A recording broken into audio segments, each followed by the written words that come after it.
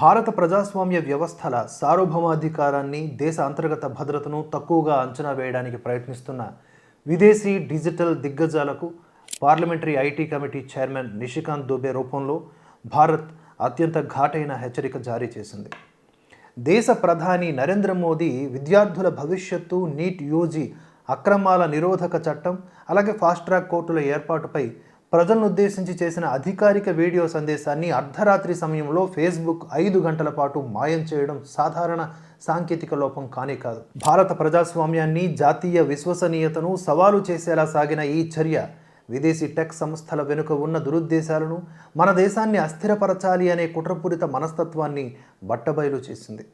కేంద్ర electronics, IT మంత్రిత్వ శాఖ, అలాగే హోంమంత్రిత్వ శాఖ ఉన్నతాధికారుల సమక్షంలో జరిగినటువంటి ఉన్నత స్థాయి సమీక్షా సమావేశంలో పార్లమెంటరీ కమిటీ మెటా ప్రతినిధులపై నిప్పులు చెరిగింది.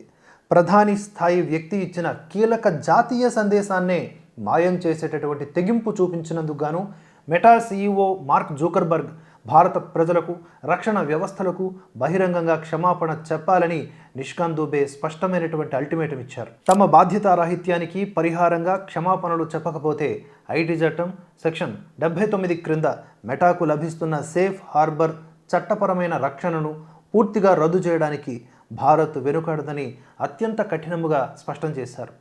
ఈ తీవ్రమైన ఘటనపై మెటా ప్రతినిధులు అల్గారిథం పొరపాటు అని చెప్పి తప్పించుకోవడానికి ప్రయత్నించినప్పటికీ భారత పార్లమెంటరీ కమిటీ ఆ నెపాన్ని వారి ముఖం మీదనే కొట్టిపడేసింది, తోసిపుచ్చింది. ఇది కేవలం సాంకేతిక వ్యవస్థల వైఫల్యం కాదు అని, మన దేశ ప్రధాని ప్రతిష్టను దిగజార్చేందుకు, దేశంలో గందరగోళం సృష్టించేందుకు పన్నినటువంటి పక్కా కుట్ర అని గట్టిగా నిలదీసింది.